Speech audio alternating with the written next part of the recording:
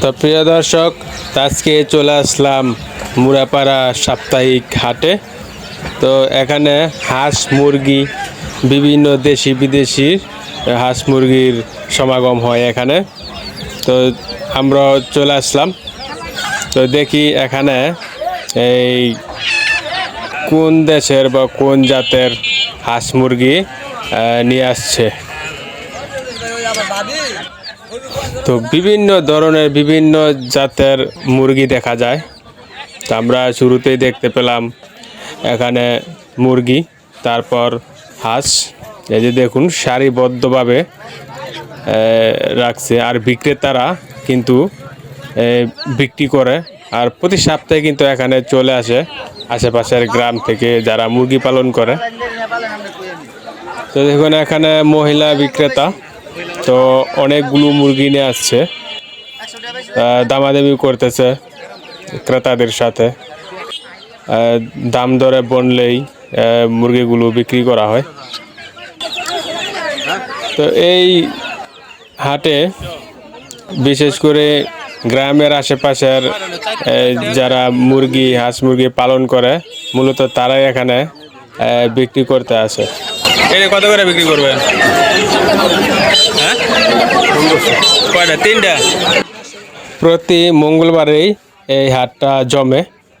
তো দেখুন এখানে খুবই অন্য ধরনের কিছু মুরগি দেখলাম যা আকর্ষণীয়।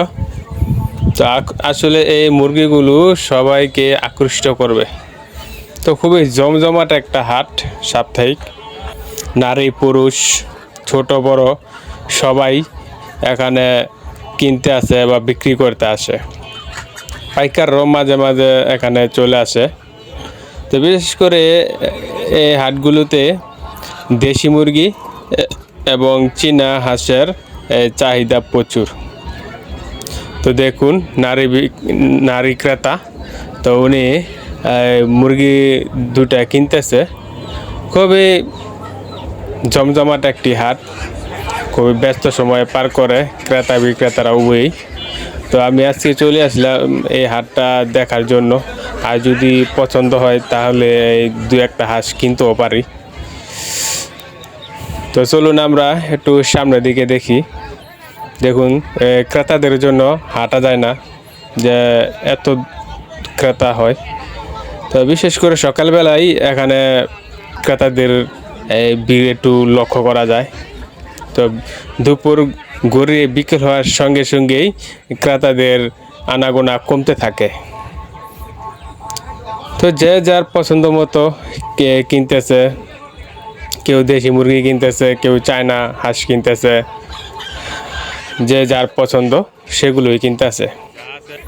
তো এটা কিন্তু শীতলক্ষা নদীর পূর্ব পাশেই টান বাজার বলা হয় এটা মুরাপাড়া। তো এখানে রূপগঞ্জ ইসাখালী চনপাড়া আরও বিভিন্ন